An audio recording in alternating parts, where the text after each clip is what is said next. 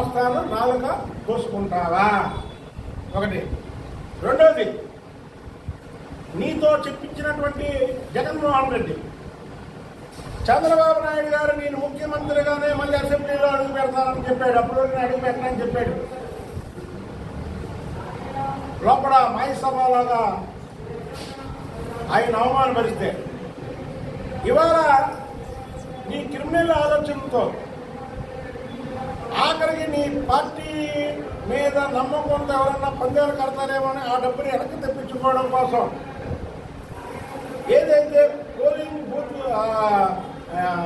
Counting ఏజెంట్లుగా వెళ్లే వాళ్ళని ఆత్మస్థైర్యాన్ని దెబ్బకొట్టడం కోసం ఇప్పుడున్నటువంటి జిల్లా కలెక్టర్ని బెదిరించో భయపెట్టో నీకు అనుకూలంగా అక్కడక్కడ ఏదైనా ఉంటే సపోర్ట్గా తెచ్చుకోవడం కోసం నువ్వు ఈ ఆరామస్తాలతో చెప్పించిన దానికి చంద్రబాబు గారితో నువ్వు డైరెక్ట్గా నువ్వు కానీ మళ్ళీ ప్రభుత్వం ఏర్పాటు చేయకపోతే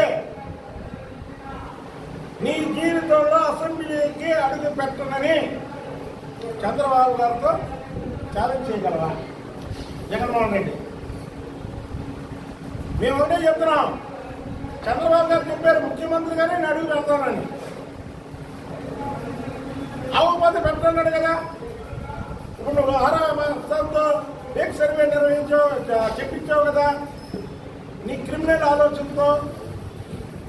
నువ్వు చంద్రబాబు గారికి ఛాలెంజ్ ఇసరగలవా? నేను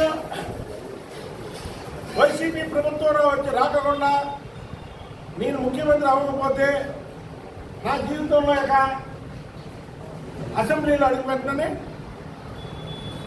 ఎందుకు జగన్మోహన్ రెడ్డి ఇంకా 2 రోజులు ఉందనగా ఎందుకు ఇంకా ప్రజల్ని అలా తెలుగుదేశం పార్టీ కేటర్ని ఆత్మస్థైర్యాన్ని ఆఖరికి ఓటు వేసిన ప్రతి ఒక్కరి ఆత్మస్థైర్యాన్ని దెబ్బతీయడం కోసమే ఈ ఆరామస్థాన సర్వే.